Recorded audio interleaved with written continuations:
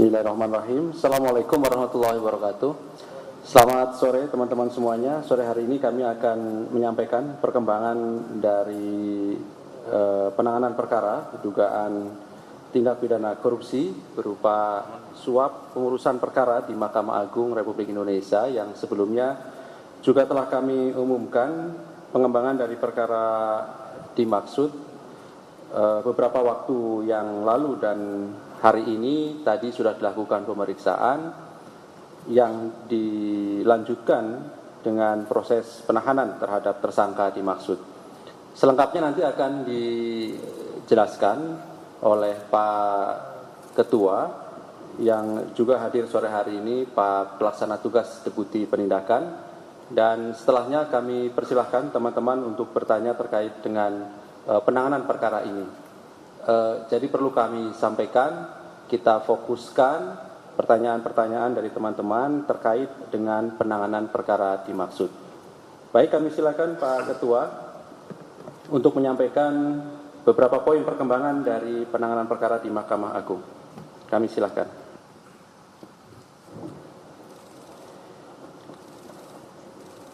Assalamualaikum warahmatullahi wabarakatuh.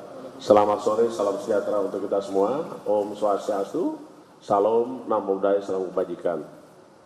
Rekan-rekan media, wartawan, jurnalis yang saya hormati, pada sore hari ini kami akan menyampaikan perkembangan penanganan perkara berupa suap dalam rangka pengurusan perkara di Mahkamah Agung Republik Indonesia. Selengkapnya sebagai berikut. Kita sungguh mengikuti perkembangan penanganan perkara khususnya terkait dengan tindak pidana korupsi berupa suap pengurusan perkara di Mahkamah Agung Republik Indonesia. Dan hari ini sejak tadi pagi jam 10 tentu rekan-rekan sudah mengikuti salah satu tersangka atas nama HH telah dilakukan pemeriksaan oleh KPK. Dan sore hari ini tentu kita akan sampaikan perkembangannya sebagai berikut.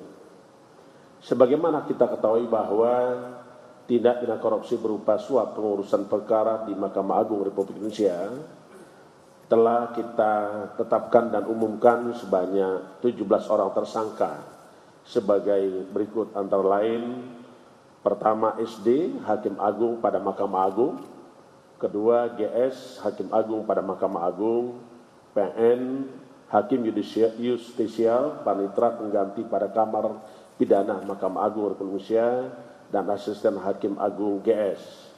Keempat, EW, Hakim Justisial Panitra Pengganti Mahkamah Agung.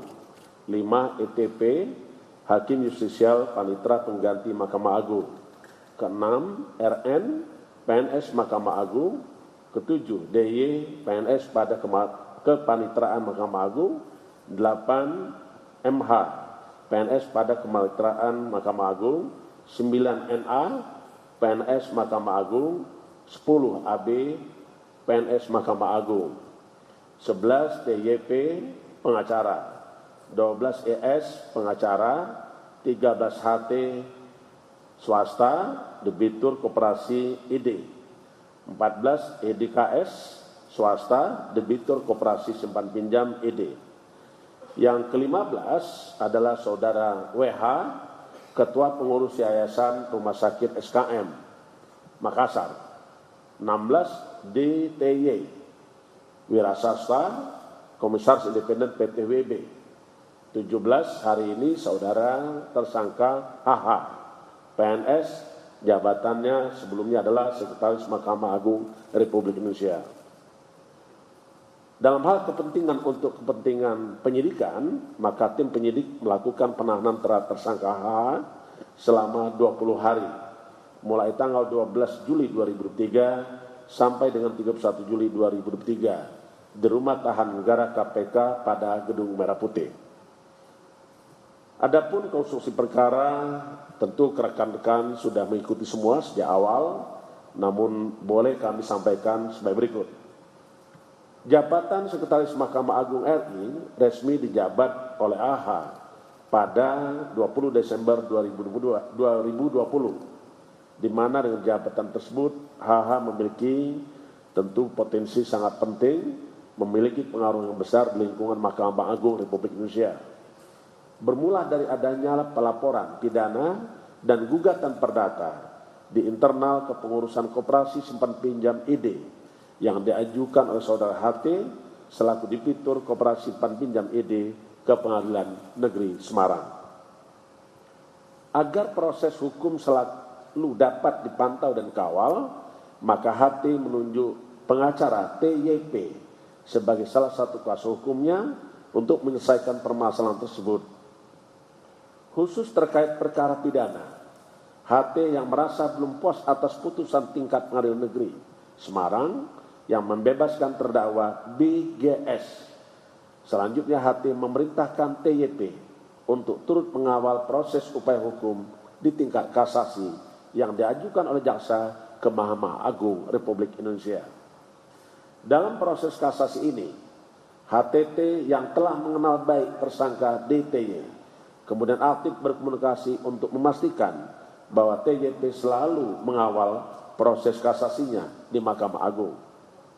Selain itu, ada kesepakatan antara HT dan DTY yang berikutnya DTY juga akan turut mengawal proses kasasi dengan adanya pemberian fee memakai sebutan suntikan dana.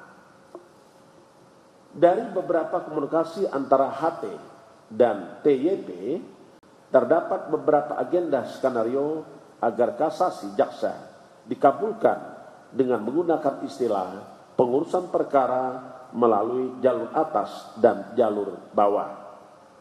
Yang dipahami dan sepakati keduanya berupa penyerahan sejumlah uang ke beberapa pihak yang memiliki pengaruh di Mahkamah Agung.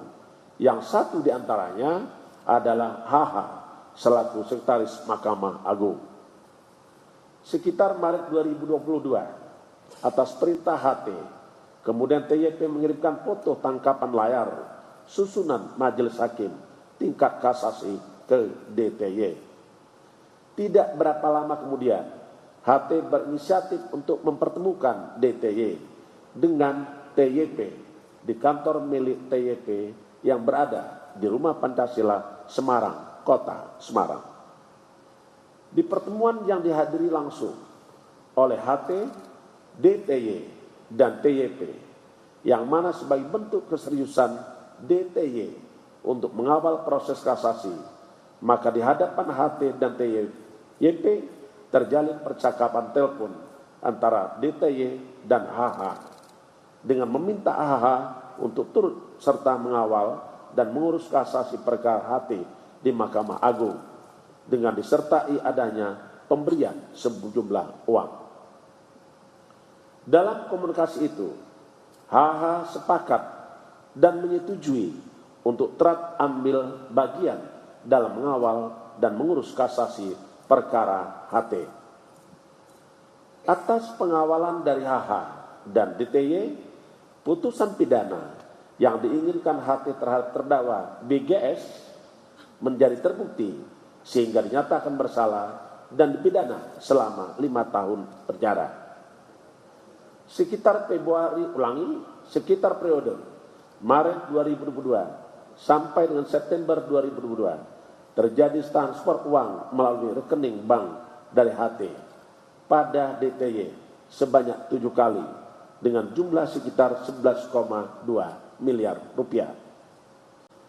Dari uang 11,2 miliar tersebut, DTY kemudian membagikan dan menyerahkan pada HH sesuai komitmen yang disepakati keduanya dengan besaran yang diterima HH kurang lebih sekitar 3 miliar rupiah. KPK juga telah melakukan penyitaan beberapa aset berupa unit mobil mewah sebagai barang bukti dalam perkara ini. Tersangka HH disangkakan melanggar pasal 12 huruf A atau pasal 12 huruf B dan atau pasal 11 Undang-Undang Nomor 31 Tahun 99 tentang pemberantasan tindak pidana korupsi, sebagaimana telah diubah dengan Undang-Undang Nomor 20 Tahun 2001 tentang perubahan atas Undang-Undang 31 Tahun 1999 tentang pemberantasan tindak pidana korupsi. yaitu pasal 55 ayat 1 ke 1 KUHP. Saya kira demikian yang ingin kami sampaikan, dan tentu saya kira cukup jelas. Mudah-mudahan bisa memberikan pembelajaran bagi kita semua bahwa KPK tidak pernah berhenti untuk melakukan upaya-upaya membersihkan negeri ini dari praktek-praktek korupsi. Demikian, terima kasih. Saya akhiri. Wassalamualaikum warahmatullahi wabarakatuh. Om Santi Santi Santi Om. Baik, terima kasih Pak Ketua yang sudah menyampaikan perkembangan dari perkara dimaksud. Hari ini melakukan penahanan terhadap Sekretaris Mahkamah Agung, tersangka HH, untuk 20 hari pertama sampai 31 Juli 2023 di rutan KPK pada Gedung Merah Putih KPK. Kami silakan kita fokuskan lebih dahulu. Kita fokuskan pada perkara ini ya. Silakan dari sebelah kanan saya. Silakan Mas Chandra. Oke. Mau nanya pertama, apakah Pak HH ini bisa dibilang seorang makelar kasus di MA, dan apakah kasusnya emang yang dimainin sama dia itu lebih dari satu atau emang udah sering mainin kasus di MA? Terus yang kedua, di persidangan terdakwa dalam kasus ini juga, tadi juga dipaparkan sama Bapak, disebut banyak barang mewah seperti mobil dan properti yang sudah uang suapnya itu berubah jadi seperti itu. Nah, apakah kemungkinan HH ini dijerat dengan pasal pencucian uang? Terus yang ketiga, keterlibatan Windy Idol dalam kasus ini gimana? Apakah sudah mungkin dia dijadikan terlibat dalam kasus ini? Karena kan terakhir disebut bahwa dia mengelola aset yang dibeli sama HH. Terus, mungkin tadi agak kurang jelas, total uang yang diterima HH ini dari 11,2 itu berapa yang diterima ya Pak? Terus apakah yakin cuma DTY doang yang ngasih ke dia atau mungkin ada calo-calo lain yang seperti DTY yang juga minta tolong? Sebentar Mas Habib, kita urut. Nah, ini ya. Oke, silakan. Mas.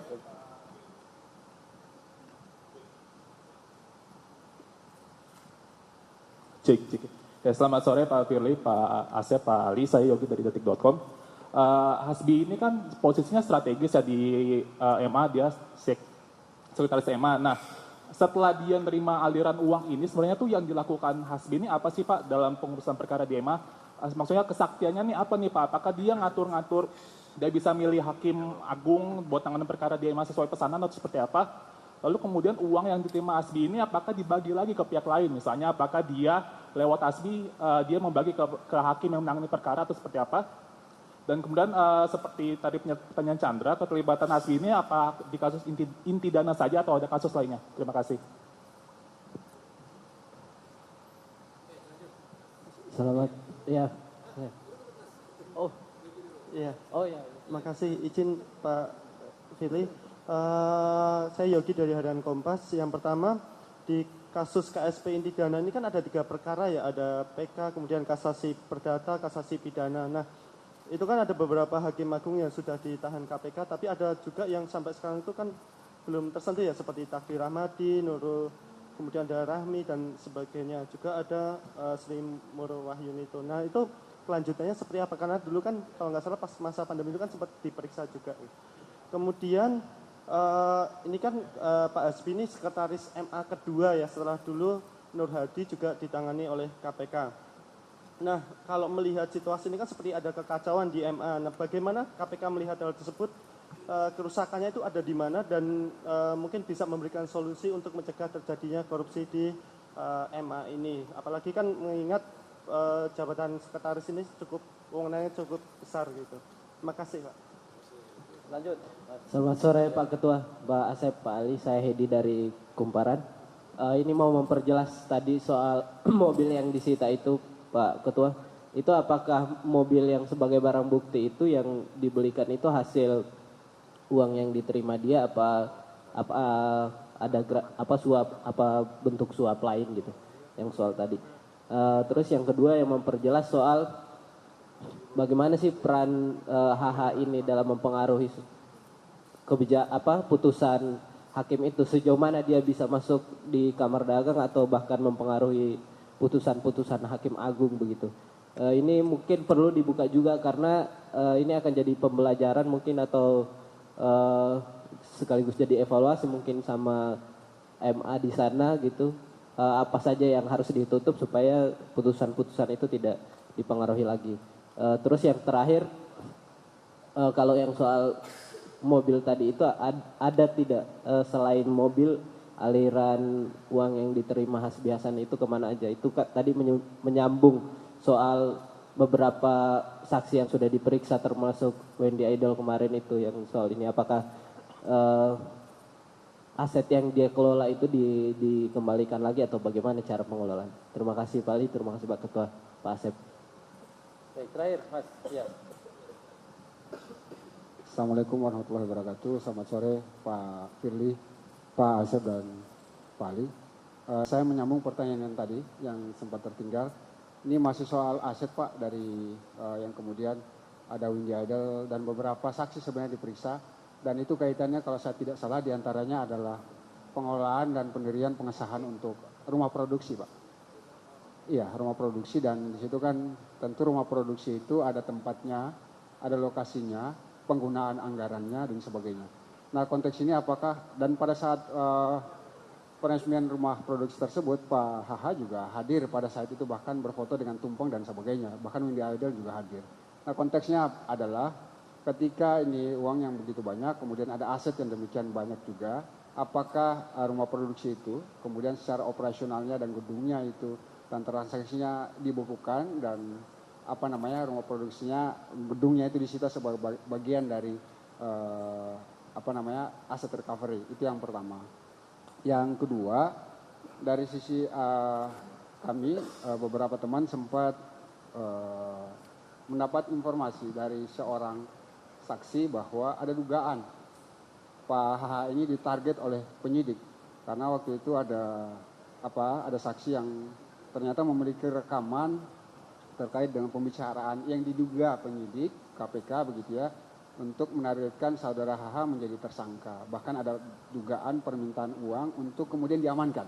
Nah, apakah benar informasi itu? Kalau benar seperti apa dan bagaimana tindak lanjut oleh KPK? Dan masih pengembangan dari pertanyaan ini, apakah benar KPK itu menargetkan Pak HH ini atau dalam konteks hukum secara pidana itu dalam KUHP unsur alat buktinya sudah terpenuhi secara firm dan tidak ada penargetan. Yang ketiga dari saya, ini kaitan dari pertanyaan Yogi tadi soal pembenahan Mahkamah Agung. Betul bahwa ini 2 kali Pak Sekretaris Mahkamah Agung sudah diproses oleh KPK gitu ya. Nah secara sistem berjenjang dia kan kalau disebut orang kedua secara jabatan untuk di bawahnya ASN pengelolaan dan sebagainya. Nah bagaimana sistem rekrutmen yang kemudian dikaitkan dengan Sekretaris Mahkamah Agung ini bisa KPK melakukan perbaikan. Kalau tidak salah, saya tidak salah, KPK beberapa kali kan ke Mahkamah Agung untuk melakukan perbaikan sistem, rekrutmen hakim dan sebagainya. Nah ini bagaimana kelanjutannya lebih khusus untuk taraf Sekretaris Mahkamah Agung, perbaikan penanganan perkara dan lobi-lobi perkara di Mahkamah Agung. Dari saya terima kasih. Assalamualaikum warahmatullahi wabarakatuh. Cukup ya, saya kira sudah 4 orang mewakili dari semua rekan-rekan yang hadir pada sore hari ini. Baik, kami silakan Pak Ketua. Baik, terima kasih kepada rekan-rekan yang memberikan respon. Tentu ini adalah merupakan kecintaan rekan-rekan kepada KPK. Untuk itu, terus berulang kali kami menyampaikan ucapan terima kasih kepada rekan-rekan media yang selalu mendukung, membersamai, dan teruslah setia dengan KPK.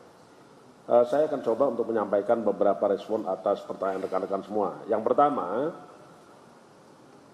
apakah ini HH telah sering melakukan perbuatan itu?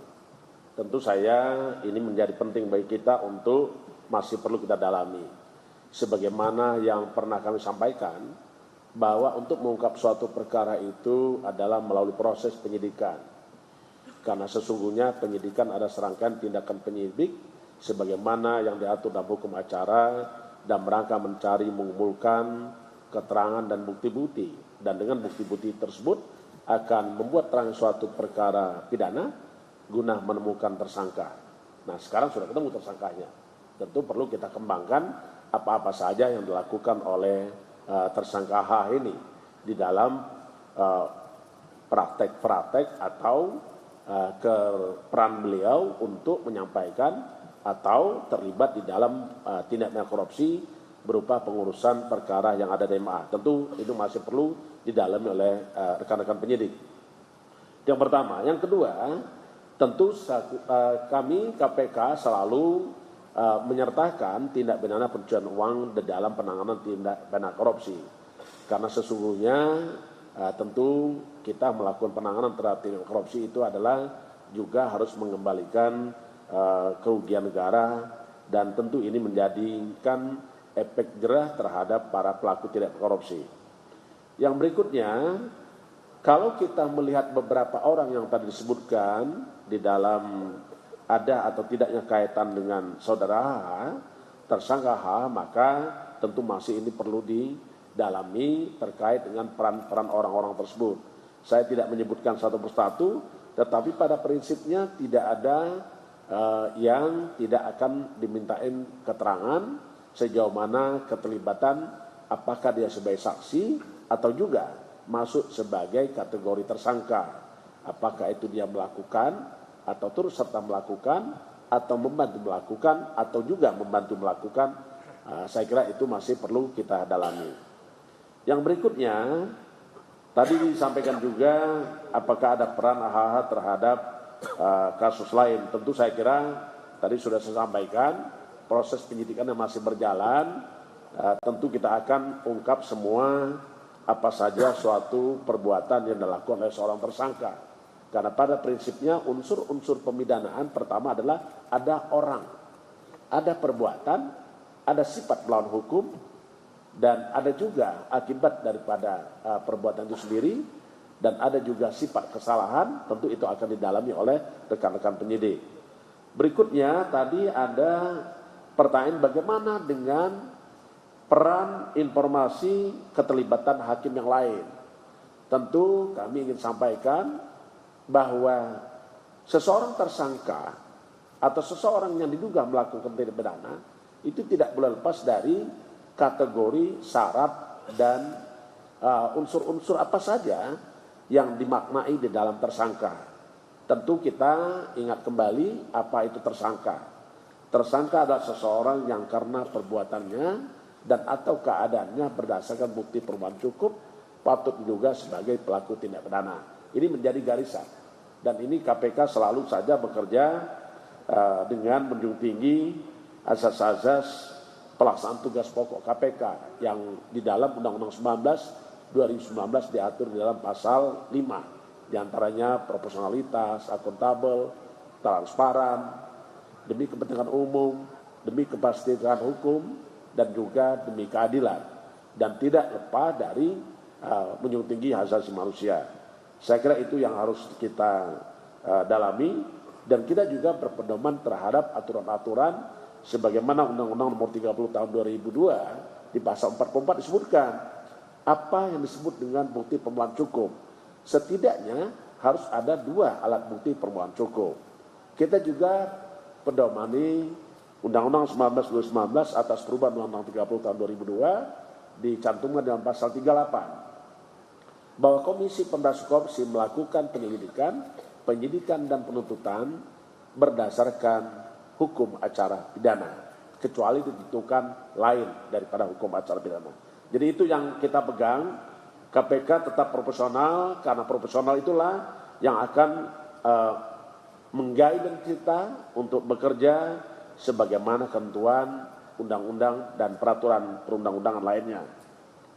Tadi ada juga dari rekan-rekan kumparan tadi sebut peran AHH untuk mengurus, mempengaruhi hakim lain. Tentu ini perlu didalami, karena sampai hari ini saya belum bisa menyampaikan bagaimana cara HH mempengaruhi hakim-hakim sehingga dalam putusannya nanti sesuai dengan yang diharapkan atau dimintakan oleh orang yang berperkara kepada Mahkamah Agung. Tentu ini perlu didalami. Yang terakhir adalah terkait dengan tata kelola di Mahkamah Agung. Tentu kami ingin sampaikan juga bahwa sekarang ada begitu banyak yang dilakukan perbaikan. Salah satu di antaranya adalah register perkara secara robotik. Saya pernah mendengar dari penjelasan Mahkamah Agung bahwa perkara diatur berdasarkan robotik. Artinya orang tidak bisa mengikuti siapa yang akan jadi hakim. Yang kedua adalah pengumuman putusan dalam 1 hari. Jadi one day publish dan one day eksekusi. Itu yang saya pernah mendapat dari rekan-rekan di Mahkamah Agung, beberapa perbaikan. Yang berikutnya juga pengawasan. Tidak hanya kita sampaikan, karena KPK bekerja sama dengan Badan Pengawas Mahkamah Agung, melakukan penelitian terkait dengan sistem yang perlu diperbaiki, sehingga tidak ada celah dan peluang untuk melakukan korupsi. Salah satu di antaranya, kita coba untuk membantu yang kita sebut dengan corruption risk assessment, asesmen risiko korupsi. Dari itu maka kita bisa melakukan perbaikan supaya tidak terjadi korupsi kembali. Yang berikutnya tentu tadi pihak-pihak yang mengelola aset perlu didalami. Saya tentu ini menjadi PR banyak bagi penyidik. Apakah yang mengelola aset tersebut statusnya apa? Yang kedua, aset-aset ini apakah bisa dimasukkan atau dikategorikan dalam bentuk barang bukti di dalam suatu perkara pidana? Karena barang bukti di dalam hukum acara pidana itu yang mana saja yang disebut barang bukti dan yang mana saja benda yang dapat dilakukan penyitaan. Pada prinsipnya benda yang dapat dilakukan penyitaan adalah satu, benda yang digunakan untuk melakukan kejahatan tidak pidana. Kedua, benda yang merupakan hasil. Yang ketiga, merupakan asal dari kejahatan. Yang keempat adalah benda yang ada hubungan dengan tidak pidana tersebut. Jadi itu yang bisa nanti biar Pak Asep selaku Direktur Penyidikan yang akan mendalami bagaimana tentang aset-aset milik AH yang dikelola oleh orang lain. Termasuk juga rumah produksi. Tentu ini akan didalami. Sumber pembiayaan rumah produksi itu dari mana? Kalau memang itu ada kaitannya dengan tidak pidana korupsi, tentu ada perlakuan sesuai dengan ketentuan hukum dan peraturan perundang-undangan. Yang berikutnya, tadi ada yang bertanya juga, kalau nggak salah ini Pak Sabir, saya ingin katakan, KPK tidak pernah menjadikan seseorang sebagai target. Tidak ada. Karena kalau KPK bekerja menjadikan orang target, itu pasti tidak proporsional. Sementara KPK bekerja sesuai dengan azas-azas pelaksanaan tugas pokok KPK. KPK itu tidak ada target, Pak, tapi dia muncul sendiri. Coba rekan-rekan maknai kembali. Apa yang dimaksud dengan penyidikan? Jadi nggak boleh ada target dan tidak akan pernah ada terjadi target. Penyidikan adalah serangkaian tindakan yang dilakukan oleh penyidik dalam hal yang diatur hukum acara untuk mencari, mengumpulkan keterangan dan bukti-bukti.